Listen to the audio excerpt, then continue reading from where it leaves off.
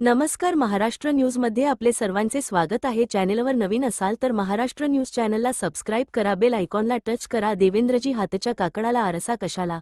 माझे तत्कालीन लोकसभेतील सहकारी आमदार निलेश राणे यांनी अत्यंत वास्तव घटना समाजासमोर मांडली आहे। राज्यात अवैध धंद्यांना ऊत आलेली आहे, हे जळजळीत सत्य सर्व समाज उघड्या डोळ्यांनी बघत आहे। मी गेल्याच आठवड्यात बोललो होतो की महाराष्ट्राची वाटचाल उडता पंजाबसारखी झाली आहे। या वाक्यावर राज्याच्या मुख्यमंत्र्यांनी मी महाराष्ट्र बदनाम करत असल्याचे वक्तव्य करून त्याला दुजोरा दिला। होय देवाभाऊ, तुमच्यासारख्या कार्यक्षम नेतृत्वामुळे महाराष्ट्र बदनाम नव्हे बर्बाद होत आहे। तुमच्याच महायुतीतील शिवसेना शिंदे गटाचे आमदार निलेश राणे यांनी पोलीस खात्यावर केलेले हे आरोप ऐका। एका सिंधुदुर्ग जिल्ह्यातील पोलीस जर 2 ते 2.5 कोटीची कमाई करत असतील तर महाराष्ट्रातील इतर जिल्ह्यातील परिस्थिती काय असेल याचा अंतर्मुख होऊन विचार करा। राज्यातील पोलीस दलातील सर्व अधिकाऱ्यांना माहीत आहे की अंमली पदार्थाची विक्री कोण करतंय, मटका कोण चालवतंय, अवैध दारू विक्री कोण करतंय, गांजा कोण पुरवत आहे। मात्र या सगळ्या लोकांकडून पोलीस राजरोसपणे हप्ते गोळा करत आहेत।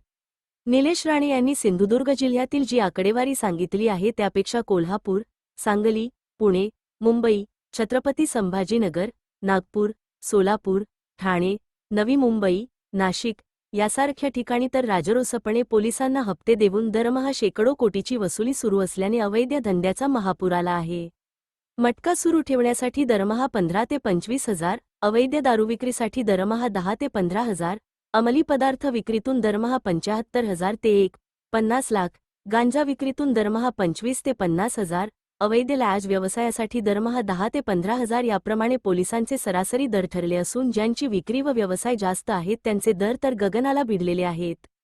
राज्यातील पोलीस दलातील पोलीस ठाण्यातील बीट अंमलदार, पोलीस निरीक्षकापासून ते जिल्हा पोलीस प्रमुख कार्यालयातील स्थानिक गुन्हे शाखा, जिल्हा गुप्तचर शाखेच्या पोलीस निरीक्षकांना सर्व अड्डे माहीत आहेत। एखाद्या ठिकाणी पोलीस कारवाई करणार असतील तर कारवाई होण्याआधीच संबंधितांना टीप देऊन सावध केले जाते।